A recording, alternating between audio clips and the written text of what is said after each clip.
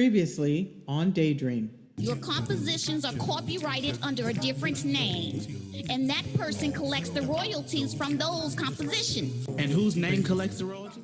Duke Ellington. It's not about the money, Then Edward. what is it? What else do you want? Credit. I need to get away from you. Hi, I'd like to purchase a ticket. Where to, sir? Paris, France. Aaron, I just couldn't take it anymore. Let's go in. I'll take your bags.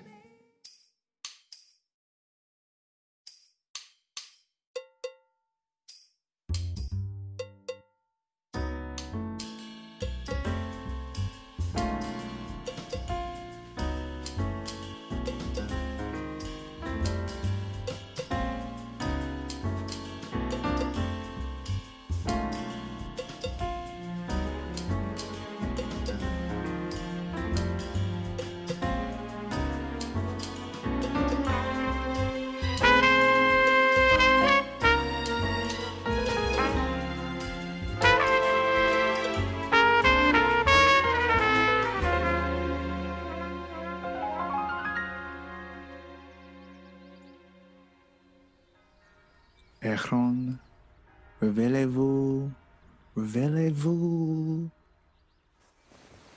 It's morning already. But of course, I made breakfast. You did? Mm-hmm. Is it in the kitchen? No, I brought it to you, monsieur. Oh, breakfast in bed.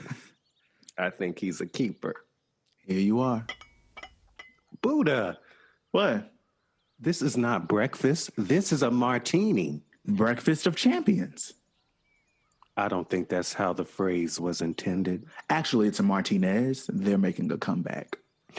Hopefully my liver can make a comeback after last night. You have fun? I did. You haven't been in Paris for more than a week, and everybody treats you like royalty. Yeah. You're the star here. Old hat by next week, just you wait. Well, now that the weight of the world is off your shoulders, I don't intend to wait any longer. They love you here. I love you here. Stay. Move out of that place in New York. Start a life out here. Wouldn't that be something? It would be like old times. Do you remember when we first met? Sitting on that park bench outside of Duke's apartment? We were so young.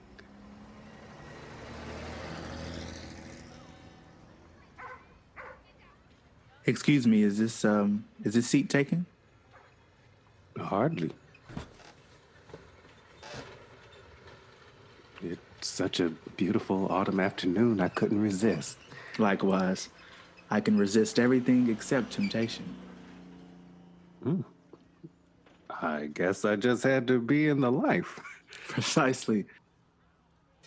It's my favorite time of year. So colorful. If colors could be heard, he could paint most wondrous tunes. Symphonious. Think. The dulcet, clear tone of a blue like night. You know about Bruce Nugent? I know a lot about him. I'm Billy, by the way. Aaron. Aaron in Autumn. Sounds like the title to a song. Slightly banal, but it might play. Let's see. The melody would have to be civil, yet fervent. Sophisticated, yet genuine. Careful, yet acquiescent. Splendid. So, tell me, where does Aaron in Autumn live? I live down the street. Just moved here from North Carolina. You? Pittsburgh. How have you been enjoying the city, Aaron in Autumn? Okay, enough with the Aaron and Autumn. Okay, I'll stop. I'm having a wonderful time. C'est magnifique. Oh, parlez-vous français? Oui. C'est un bel long. Oui, je suis d'accord. What are you reading? It's actually a music score. Gaspard de la Nuit composed by Joseph Marcel Revel. What you know about Gaspard de la Nuit? What you know about Gaspard de la Nuit? What's the hardest movement? Third movement. Oh, I still can't figure out the fingering on page 18. It's like he has 4 hands. I've been staring at the page for weeks. I know, it's hard. Maybe we could figure it out together. The fingering, 2 heads. I'd love that. Oh, did you hear? The Museum of Modern Art is doing a retrospective of Picasso's work. I've been dying to see it. Would you like to go? Now? Or some other time? We'll have to hurry. They close at 5:30 on Saturdays. But we mustn't tarry. Shall we go? Let's.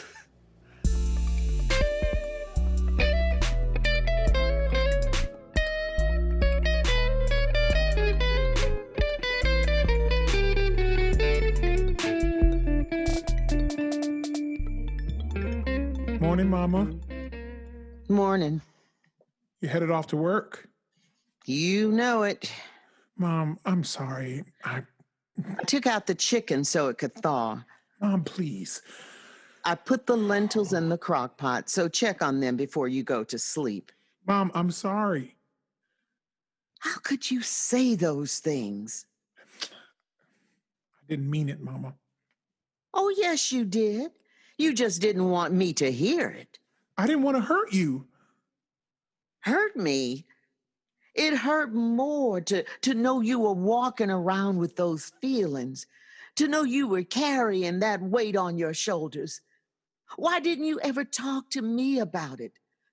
Don't you trust me? We talked about everything. I mean, come on, Mom. We talk about all the little things, not the big ones. And besides, I'm probably more accommodating than you. So what's the repercussion? Just stuff your feelings and suffer in silence? Oh, you didn't know? It's chapter 1 in the Black Middle Class Handbook. I think it's called Repress to Impress. Andre, how can you joke at a time like this? It's my coping mechanism. You learned that in chapter 2. All this time, I thought you stayed because you needed me. I'm the mother. I'm supposed to take care of you, not the other way around.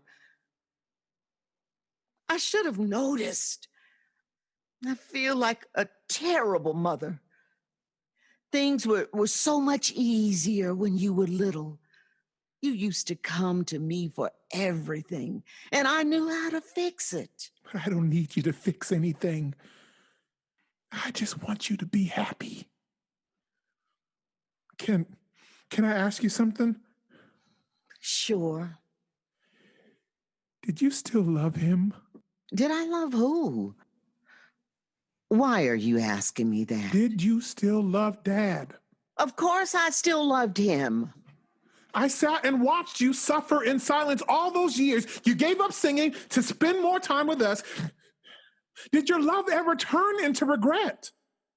Love after 25 years doesn't mean the same thing as it did when we met, Andre. Of course I loved him, but I loved it turned into something else. What I'm trying to tell you is that I had already prepared myself. I had said my goodbyes. That's a part of love. Was I sad? Yes.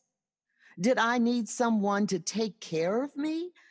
Maybe for a little while. But I don't need you to take care of me, son. Mom, I'm not saying that you need me to take care of you. No, I need you to live your life. Rewrite that chapter in the handbook. Hell, I think it's time for the both of us to start living again.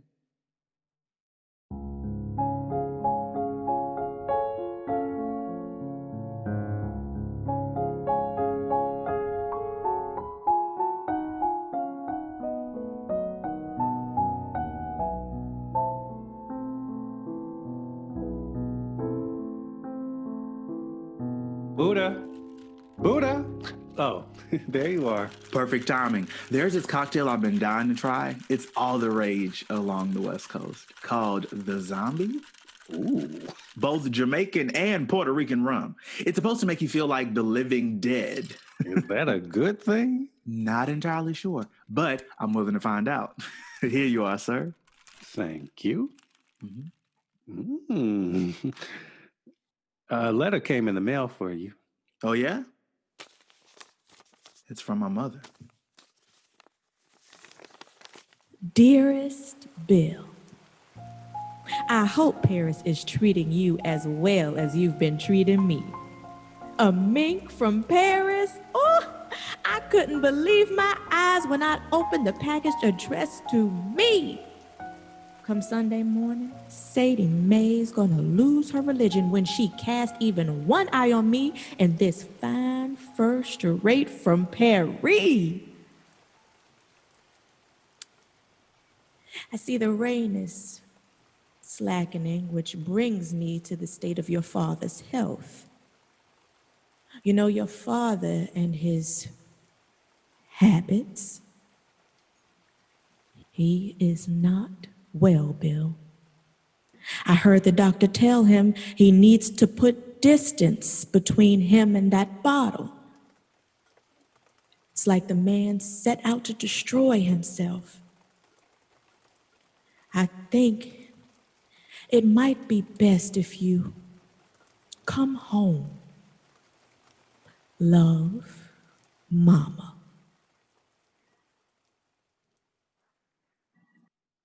Well, that was some news.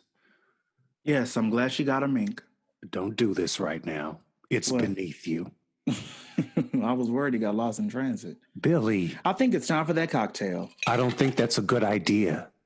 I think you should get I on think the you next. should mind your business. You need to see about your father. Why? That man has done nothing but tear our family apart. When they're gone, Buddha. I don't care. When I go back for her. You're going to regret saying that. Isn't there an intermission you have to get ready to play? Don't worry. I've got time. Are you sure? I don't want you to miss the adulation. What is that supposed to mean? Nothing. What is this all about? Les Parigots. They treat us like a fetish, a noble savage. No, they don't.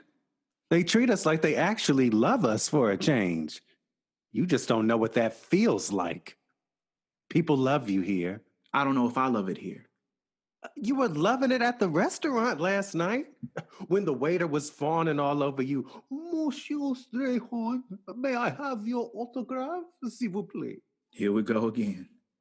Why can't you just allow yourself to be happy here?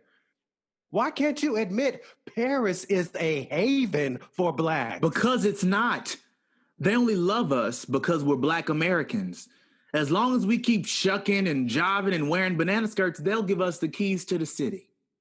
Didn't you see how that waiter treated that African man at the door?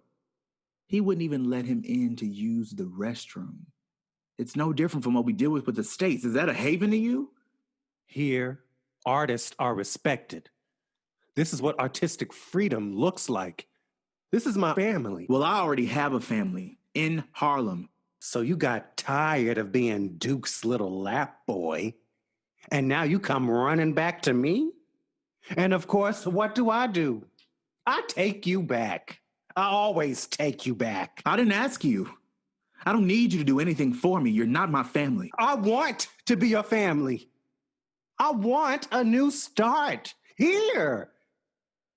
Here in Paris, we are accepted for all that we are, every part. And that's just not good enough for you, is it? Even after 10 years, I just wanted you to come to Paris and spread your own wings.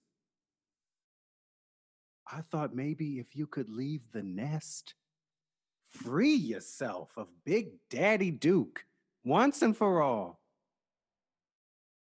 But I see, I wasn't enough.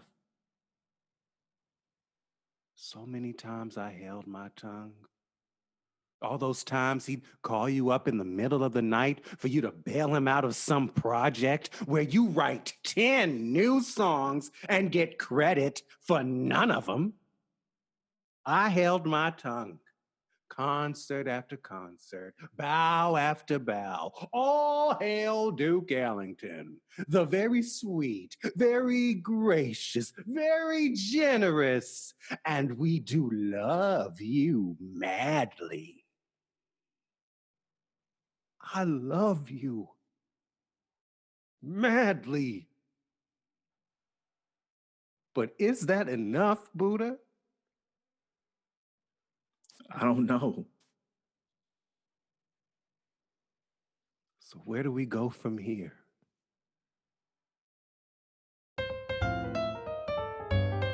This episode of Daydream was brought to you by the Humanity Artists Collective and the DC Commission on Arts and Humanities. It was directed by Catherine Bentley, music directed by Reggie Thomas, stage managed by Anthony Powell, written by Barry Moton, Catherine Bentley, and Penny Moton. It featured the following performances in order of appearance: Ulrich Davis as Billy Strayhorn, Mary Miller as Lillian Strayhorn, Barry Moton as Andre Moore, Margaret Thomas as Alice Moore, Edwin Brown III as Aaron Bridger. This has been your narrator, Penny Moton. Thank you for tuning in to this episode of Daydream. Be sure to listen to next week's episode, and remember, we do love you madly.